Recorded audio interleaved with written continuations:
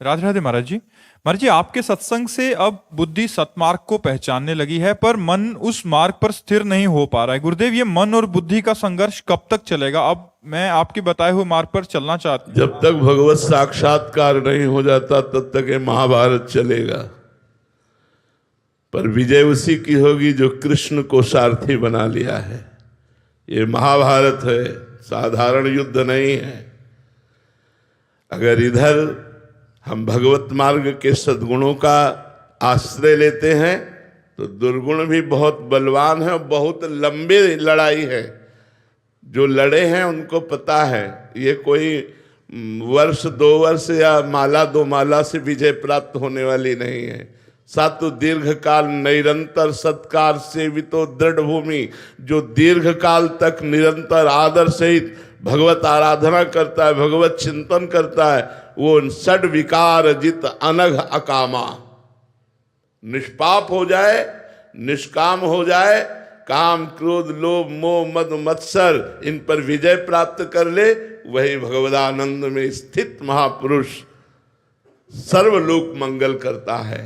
इसलिए ये छोटी मोटी लड़ाई नहीं है, ये बहुत बड़ी लड़ाई है और अंतर की लड़ाई है। मन जहाँ जहाँ चंचल होकर जाए वहाँ वहाँ भगवान को दिखाने की चेष्टा कीजिए कि इस वस्तु व्यक्ति स्थान के रूप में भगवान ही स्वयं बने हुए हैं। या जहाँ जहाँ मन जाए वहाँ से हटाकर नाम में लगाइए, अपने लक्ष्य में लगाइए, या फिर मन को छोड़ दीजिए। जा, मेरे बिना तो कुछ कर ही नहीं सकता, मैं स्वीकृति ही नहीं देता, जा तू जहाँ जाना है। तो जैसे समुद्र में जल जहाज का पक्षी उड़ करके जाएगा कहाँ, बैठना तो उसे जहाज में ही पड़ेगा, ऐसे ही वो मन आपका आश्रय लेगा। तो इसलिए मन को विविध प्रकार के अभ्यास के द्वारा परमात्मा में दृढ़ करना चाहिए, और ये अभ्यास बहुत काल तक किया जाए तब दृढ़ भूमि, तब वो चंचलता त्याग करके भगवान के रस में डूबने लगता है, भगवद रस में डूबने लगता है। ब्रह्मानंद, ज्ञानानंद, भगवदानंद, जो विज्ञानानंद, ये सब नाम दिए गए हैं, वो उसी परमात्मा रस के हैं, उसी रस में डूबने लगता है। फिर मन चंचल नहीं होता। जब तक भगवत साक्षात्कार नहीं होता तब तक ये लड़ाई चलती रहेगी, और इस लड़ाई में सहयोगी सत्संग है।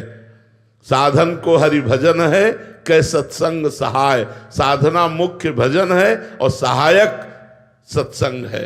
अगर साधु संग मिलता रहा तो लड़ाई में विजय प्राप्त कर जाओगे। अगर साधु संग नहीं मिला तो उत्साहहीन होकर हम हार जाएंगे, क्योंकि बहुत बड़े बलवान हैं। भगवान शंकर की भी समाधि को भंग करने की सामर्थ्य रखता है काम। हम लोग तो जीव हैं, वो शिव हैं। जब शिव समाधि को भंग कर सकता है तो हमारी सामर्थ्य क्या है? इसलिए निरंतर नाम जप करते हुए भगवान की शरण में रह जाए तो मामे वे प्रपद्यन्ते माया में ताम तरन्ति। भगवान कहते जो मेरी शरण में आ जाता है वो माया मुक्त हो जाता है। वीरेंद्र जी बिहार से। महाराज जी, जब शरीर किसी रोग से बार बार ग्रसित हो तो उसमें धैर्य कैसे बनाएं? क्योंकि दिनचर्या और भजन बहुत विक्षेप होता है ऐसी। मन रोगी है तुम्हारा, इसलिए तुम परेशान हो। तन रोगी होने से क्या परेशान होगा? क्या परेशानी है? बहुत नकारात्मक विचार आते हैं। तो मन ही रोगी है ना, तभी तो बात है ना। अगर तन रोगी हो और मन सकारात्मक विचार वाला हो तो क्या परेशानी? हमारी दोनों किडनी फेल है। आपको परेशान नजर आते हैं, हम डिप्रेशन में हैं, हम परेशान नजर आते हैं। बोले क्यों? क्योंकि हमारा मन प्रिया प्रीतम में लगा है, श्यामा श्याम में लगा है। इसलिए हर समय मैं इतना प्रसन्न रहता हूं कि तुम्हें कैसे बताऊं। तो शरीर का रोग से ग्रसित हो जाना प्रारब्ध के अनुकूल है, लेकिन रोग से प्रभावित हो जाना ये अज्ञान के कारण है। रोग तो हमारे कर्म के किए हुए बने हुए प्रारब्ध से प्रेरित होकर आया है, उसको हम सहें और प्रसन्न मन से, जैसी भी मानो ऐसी परिस्थिति है कि अब हम उठ नहीं सकते तो हम पड़े पड़े राधा राधा बोलते हैं। राधा राधा प्रियाजू स्वामिनी जू, कुछ कर नहीं सकता इसलिए केवल आपको पुकार रहा हूं। देखो कितना आनंद आएगा, आनंद में रोना आने लगेगा, शरीर भूल जाओगे और आनंद में हो जाओगे। अब हर समय शरीर को लेकर के डोलोगे तो शरीरासक्ति तो फिर परेशान कर ही देगी। महाराज जी संसार में ही मन लगाया, अभी ना प्रभु में मन लगा और रोग भी आ गया, तो ऐसे में महाराज जी राधा राधा जबरदस्ती जपो, जैसे दवाई खाई जाती है, कड़वी होती है तो भी हम खाते हैं, डॉक्टर देता है, ऐसे नाम जप करके देखो आप बिल्कुल ठीक हो जाओगे। क्या ठीक हो जाओगे? शरीर भले अस्वस्थ रहे, मन प्रसन्न रहेगा। और आपको सच्ची बताएं, मन प्रसन्न रहता है तो रोग प्रभाव नहीं डाल पाता। राधा रानी के बल से हम प्रसन्न रहते हैं, प्रिया जी की कृपा से हम आनंदित रहते हैं। इसलिए हम कह रहे खूब मस्त रहो। शरीर तो मरेगा, शरीर तो नष्ट होगा, आज नहीं तो कल होगा, तो जब होना ही है यार तो मस्त क्यों न रहो। मस्ती पर अब इसको लोग उल्टा लेते हैं तो वो गलत मार्ग का अनुसरण करने लगते हैं। वो मौज नहीं है, वो शोक है, वो चिंता है, वो भय है, वो विषाद है। अगर वास्तविक मौज लेनी है तो भगवान की शरण में आओ। देख लो कितने कृपालु भगवान है कि इतना बड़ा कोई प्रारब्ध बुरा आया इस शरीर का कि दोनों गुर्दे फेल होने पर भी हमारी दिनचर्या चल रही है। आश्चर्य की बात है कि दिनचर्या चल रही है, और अभी से नहीं, रात से चल रही है, और रोज की दिनचर्या है।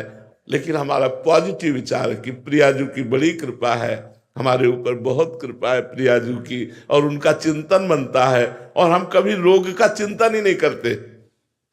रोग का चिंतन अगर होने लगे तो हम गिर जाएं। इसलिए हम सबसे प्रार्थना करते हैं, ये शरीर नाशवान है, शरीरम व्याधि मंदिरम, ये शरीर रोग का घर है। आज नहीं तो कल कोई न कोई रोग आ जाएगा, कोई न कोई संकट आ जाएगा, विपत्ति आ जाएगी। तुम पहले से तैयार रहो। अगर पहले से तैयार नहीं रहोगे तो पछताओगे, फिर हार जाओगे। पहले से तैयारी क्या है? राधा राधा राधा राधा। आप जितना नाम जप करोगे, प्रत्यक्ष आपसे सच्ची कह रहा हूं, हृदय की बात कह रहा हूं, नाम जप का प्रभाव इतना है कि हर समय हमारा मन नाचता रहता है। एकांत में मन रोने लगता है, आनंद में रोने लगता है, नाचने लगता है। कितनी भगवान की कृपा है कि मुझे ऐसी अवस्था में भी अपने भजन में लगाए, अपने साधन में लगाए, अपनी चर्चा में लगाए, अपने भक्तों का संग देते हैं। अपार करुणा हमारे प्रियालाल की, अपार करुणा हमारी श्री जी की। इसलिए सबसे प्रार्थना करते हैं, अध्यात्म से जुड़ो। अध्यात्म वो बल है जो संकट, विपत्ति, दुख इनको रौंद करके आपको आगे निकाल दे। नहीं तो भाई ये ऐसे ऐसे रोग हैं, ऐसी ऐसी समस्याएं हैं कि घुट घुट करके मरना होगा, घुट घुट के मरना होगा। अगर प्रभु का सहारा नहीं है तो अभी शरीर अस्वस्थ है, कमा पाओगे नहीं, परिवार के लोग अवहेलना करेंगे तुम्हारी, कोई तुमसे प्यार नहीं करेगा, फिर पड़े पड़े रोओगे।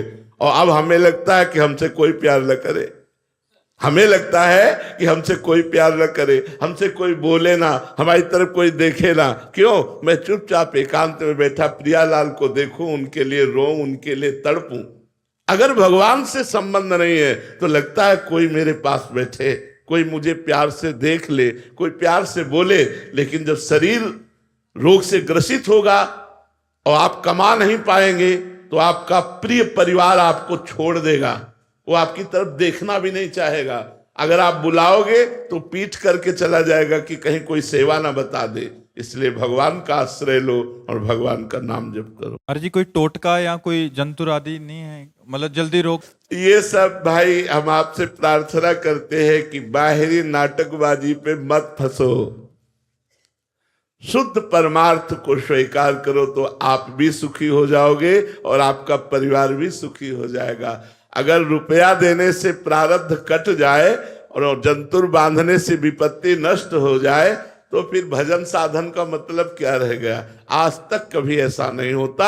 हाँ, कभी तुक्का लग सकता है कि आप जंतुर बांधे हो, आपके सुकृत का नंबर आ गया, पुण्य फल लागू हो गया और आप सफलता को प्राप्त हो गए, तो आपको लगा जंतुर से सफलता हुई। जंतुर से नहीं हुई, वो हुई है आपके पुण्य बल से। इसलिए अवश्य में भोक्तव्यम कृतम कर्म शुभाशुभम, को न काहू के सुख दुख कर दाता, निज कृत कर्म भोग सुन भ्राता। नाम जप करो, गंदी बातें छोड़ो, शराब पीना छोड़ो, मांस खाना छोड़ो और भगवान के आश्रित हो जाओ, देखो किसी जंतुर की जरूरत नहीं पड़ेगी, आप आनंदित रहोगे, आप दूसरों को आनंदित करने वाले बन जाओगे। सातरति सातरति सा लोकान तारयति, वो स्वयं तर जाता है, स्वयं तर जाता है, दूसरों को तार देता है। आनंद, हृदय में हमें आनंद चाहिए, हमें शांति चाहिए, हमें प्रेम चाहिए। वो संसार के रुपये में नहीं है, वो भोगों में नहीं है, वो श्री भगवान में हमारी प्रार्थना मान लीजिए। अगर नाम जब शुरू कर दोगे तुम्हारा मंगल हो जाएगा। राधा कृष्ण बोलो, राधे श्याम बोलो, राधा राधा बोलो, राम राम बोलो, सिया राम बोलो, जो तुम्हें प्रिय हो वो नाम जप करो, तुम्हारा मंगल कर देगा। बहुत सारे लोग आते हैं, अपने अनुभव बताते हैं कि जब से